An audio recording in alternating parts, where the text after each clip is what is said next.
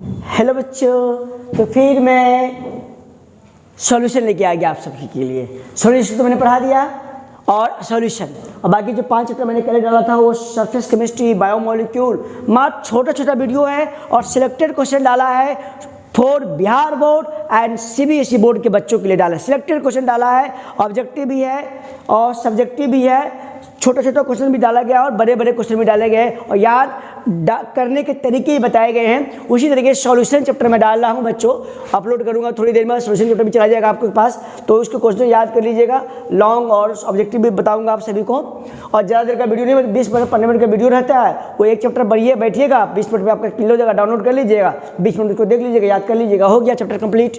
चलिए solution physical chemistry का second chapter है। सॉल्यूशन में क्या होता है, पहला जो क्वेश्चन जो बड़ा इंटरेस्टिंग क्वेश्चन है वो है स्टेट, बतलाइए, कहिए, क्या कहिए, स्टेट कीजिए कॉलिगेटिव प्रॉपर्टीज। क्या कहिए, बोलिए बोलिए, कॉलिगेटिव प्रॉपर्टी कहिए। कॉलिगेटिव प्रॉपर्टी किसका, तो डाइल्यूट सॉल्यूशन का कहिए। ठीक है, कहते हैं कॉलिगेटिव प्रॉपर्टी क्या होता है, बड़ा आसान है। वैसा प्रॉपर्टी जो नंबर पर निर्भर करता है, नेचर पर निर्भर नहीं करता है, वही जो प्रॉपर्टीज है कहलाता है colligative properties. The properties of the solution which, मतलब जो डिपेंड करता, निर्भर करता है किस पर, नंबर। नंबर क्या बोला, नंबर, किसका नंबर, सॉल्यूट पार्टिकल का नंबर। क्या बोला, सॉल्यूट पार्टिकल का number, irrespective of their nature. उसको नेचर से मतलब नहीं है, नंबर से मतलब है बस। ऐसे प्रॉपर्टीज को बड़ा सिंपल सी भाषा में कहते हैं कॉलिगेटिव प्रॉपर्टीज। बोलो क्या कहते हैं, colligative properties. The properties which depend on the nature, on the number of solute particle irrespective of their nature. मतलब नेचर से उसको मतलब नहीं है, नंबर से उसको मतलब है। ऐसे प्रॉपर्टीज को हम लोग कहते हैं कॉलिगेटिव प्रॉपर्टीज। ओके, फिर अगला क्वेश्चन, राइट डाउन, लिखिए, क्या लिखिए, different types of colligative properties. बोला है कि लिखिए, क्या लिखिए, अलग अलग तरीके जो कॉलिगेटिव प्रॉपर्टी को लिखिए। तो 4 कॉलिगेटिव प्रॉपर्टी कौन कौन है। पहला है relative lowering of vapour pressure. बोलो क्या है, relative lowering of vapour pressure. बोलो रिलेटिव लोअरिंग, कमना किसका, वेपर प्रेशर का रिलेटिव लोअरिंग। चलो हो गया। दूसरा जो है बच्चों एलिवेशन, एलिवेट, बढ़ना, किसका बढ़ना, बोलो बोलो रे बोलो, बॉइलिंग पॉइंट का बढ़ना। और तीसरा कॉलिगेटिव प्रॉपर्टी क्या है, घटना, डिप्रेशन, डिप्रेशन किसका डिप्रेशन, किसका डिप्रेशन, फ्रीजिंग पॉइंट का डिप्रेशन। और चौथा कौन है, प्रेशर, प्रेशर कौन सा, ऑस्मोटिक प्रेशर। तो 4 कॉलिगेटिव प्रॉपर्टी, पहला बोलो relative lowering of vapour pressure, दूसरा बोलो एलिवेशन ऑफ बॉइलिंग पॉइंट, तीसरा बोलो डिप्रेशन ऑफ फ्रीजिंग पॉइंट, चौथा बोलो ऑस्मोटिक प्रेशर। एक क्वेश्चन कंप्लीट, याद हो गया, मात्र 1 मिनट याद हो गया बच्चों। फिर आ जाओ next question, what is osmosis and osmotic pressure. अरे ऑस्मोसिस क्या होता है, स्पॉन्टेनियस, स्वतः अपने आप, नेट फ्लो। क्या बोला, नेट फ्लो, किसका फ्लो, बोला बोला सॉल्वेंट का फ्लो, सॉल्वेंट का फ्लो, सॉल्वेंट मॉलिक्यूल का फ्लो किधर, किसके थ्रू, सेमी परमिएबल मेम्ब्रेन। क्या, सेमी परमिएबल मेम्ब्रेन, मेम्ब्रेन इसको शॉर्ट में एसपीएम बोलते हैं, फ्रॉम प्योर सॉल्वेंट। क्या बोला, from pure solvent to a solution, और या from dilute solution to concentrated solution is called osmosis. A spontaneous net flow of solvent molecule through semi-permeable membrane, short में SPM बोलते हैं, from pure solvent to a solution of from a dilute solution to concentrated solution is called osmosis. Okay बच्चों, तो फटाफट इसको लिख लो। अब osmotic pressure उस वाले पेज पर चलेंगे। ऑस्मोटिक प्रेशर आ जाओ। ऑस्मोटिक प्रेशर बड़ा आसान है यार। अरे ऑस्मोसिस को रोकने के लिए जो एक्स्ट्रा प्रेशर अप्लाई करते हो वही क्या है, ऑस्मोटिक प्रेशर है। बोलो, the extra pressure applied on the solution that just stop रोको। किसको रोको? फ्लो ऑफ सॉल्वेंट को रोको। किसी में ऑस्मोसिस में सॉल्वेंट को रोकने का लिए जो एक्स्ट्रा प्रेशर जो आप अप्लाई करते हो वही कहलाता है ऑस्मोटिक प्रेशर। बोलो, ऑस्मोटिक प्रेशर, एक्स्ट्रा प्रेशर जो आप सॉल्यूशन में जो अप्लाई करते हो। बोलो क्या बोला? एक्स्ट्रा प्रेशर जो आप अप्लाई करते हो सॉल्यूशन में ऑस्मोसिस को रोकने के लिए। अरे ऑस्मोसिस को रोकने के लिए टू स्टॉप द प्रोसेस जो हम extra pressure, minimum extra pressure जो अप्लाई करते हैं वही क्या कहलाता है? Osmotic pressure. Minimum extra pressure that is applied to prevent the process, to stop the process of osmosis is called osmotic pressure. हो, अब आ जाओ उसी का भाई है, नेक्स्ट क्वेश्चन पे आ जाओ। Reverse osmosis, what is it's use? बोला रिवर्स ऑस्मोसिस क्या है? What is reverse osmosis? तो बोलिएगा व्हाट इज इट्स यूज, इसका यूज क्या है? देखो रिवर्स ऑस्मोसिस बताता हूँ। इफ द एक्सटर्नल प्रेशर, क्या बोला? एक्सटर्नल प्रेशर जो अप्लाई किया, किधर अप्लाई किया? किधर अप्लाई किया? सॉल्यूशन की तरफ अप्लाई किया। अगर वो ज़्यादा हो गया, किससे ज़्यादा हो गया? Osmotic pressure of the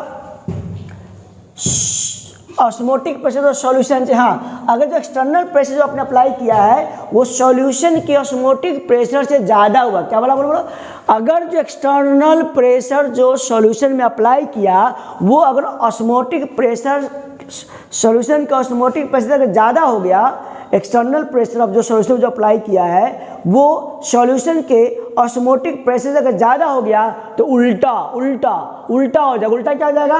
solvent का मूवमेंट। मतलब ऑस्मोसिस में था solvent to solution, from dilute to concentrated, तो रिवर्स में क्या हो जाएगा? उल्टा।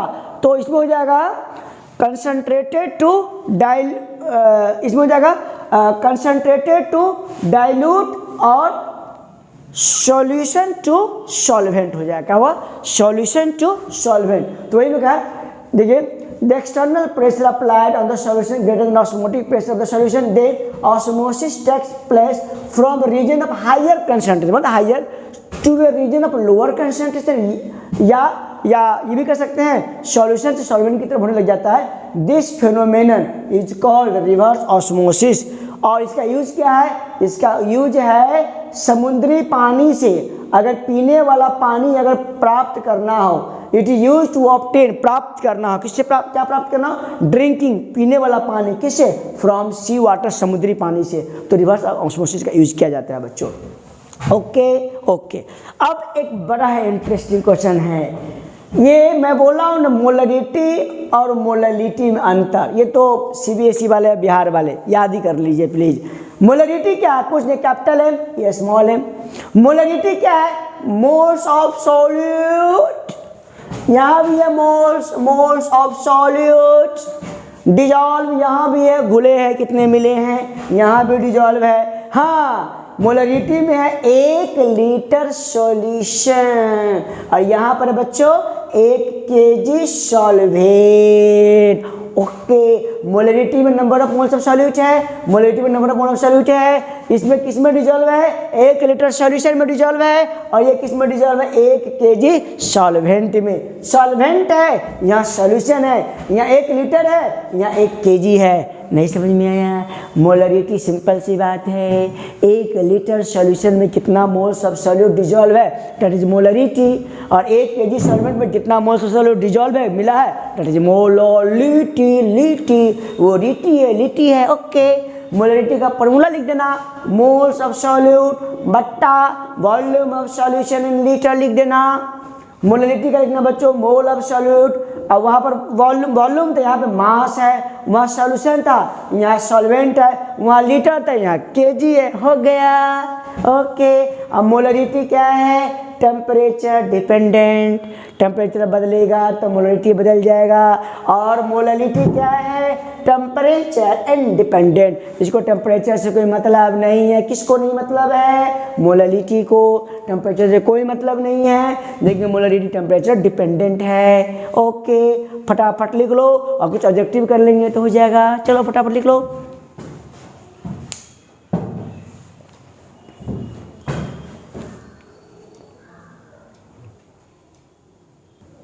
चलो बच्चों, तो फिर से ऑब्जेक्टिव क्वेश्चन फटाफट कर लो, सब्जेक्टिव कर ही लिए तो ऑब्जेक्टिव फटाफट कर लो फटाफट मेरे साथ। Which of the following has maximum depression of freezing point पूछा है।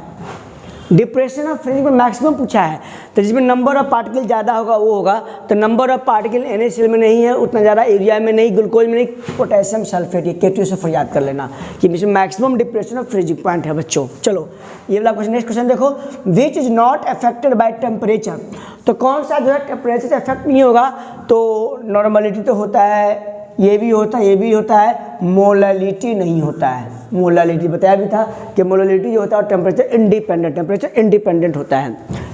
चलिए ये बड़ा next question, molality is expressed in, तो मोलैलिटी क्या बताया था बच्चों कि मोल अब बटा मास ऑफ सॉल्वेंट, माने mole of solute present in 1 kg of solvent, mole upon kg, मोल बटा kg हो जाएगा मोलैलिटी। चलो आइसोटोनिक सॉल्यूशन क्या बचा, आइसोटोनिक सॉल्यूशन, तो आइसोटोनिक सॉल्यूशन का मतलब होता है दो ऐसे सॉल्यूशन जब दोनों का ऑस्मोटिक प्रेशर क्या हो, सेम हो, या ऑस्मोटिक प्रेशर भी सेम हो सकता है या मोलर कंसंट्रेशन भी सेम हो सकता है। तो यहाँ पे मोलर कंसंट्रेशन सेम होते हैं। चलिए एन एग्जाम्पल ऑफ इलेक्ट्रोलाइट का मतलब हुआ जो पानी में डालो उस सब्सटेंस को तो आयन में टूट जाते हैं। तो उसमें कौन है, शुगर तो आयन में नहीं टूटेंगे, यूरिया में नहीं टूटेगा, बेंजीन में नहीं टूटेगा, सोडियम एसिटेट टूट जाएगा। तो एन एग्जाम्पल ऑफ इलेक्ट्रोलाइट।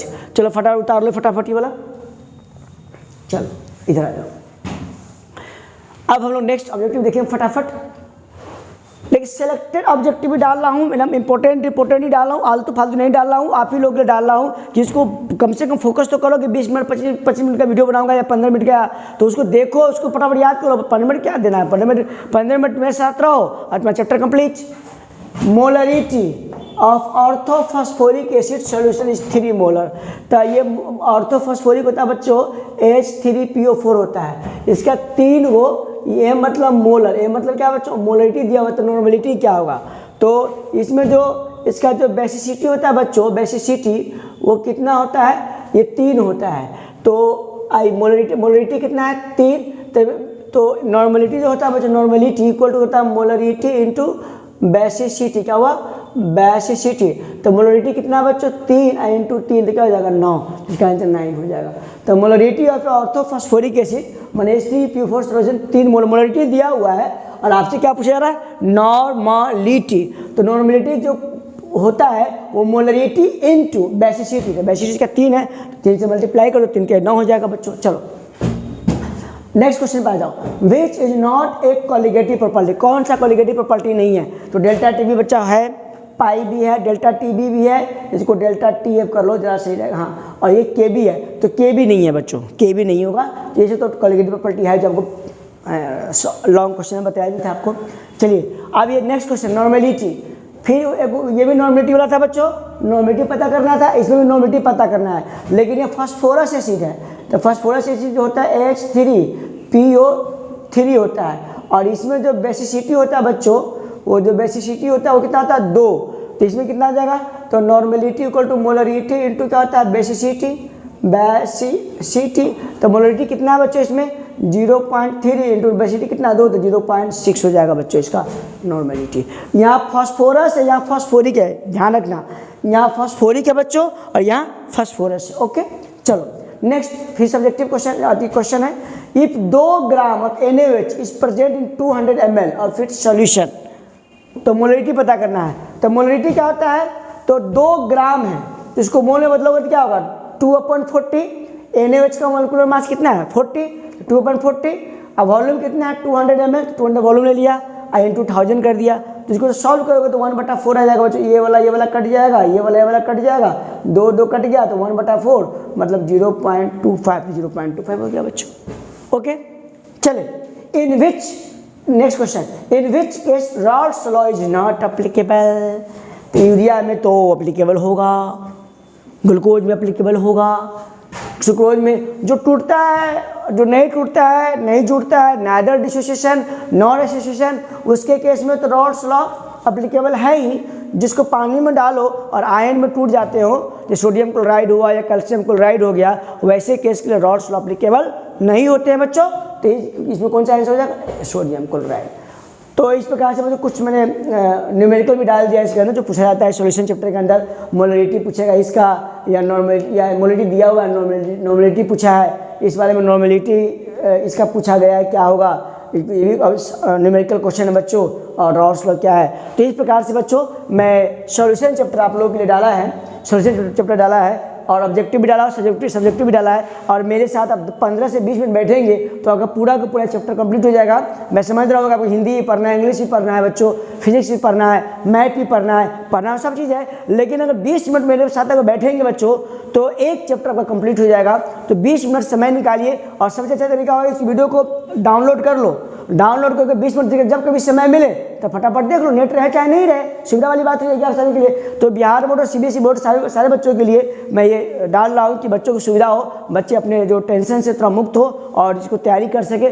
15 से 20 मिनट आप रहिएगा मेरे साथ, और 12th वाले बच्चों के लिए कह रहा हूँ एक चैप्टर कंप्लीट हो जाएगा।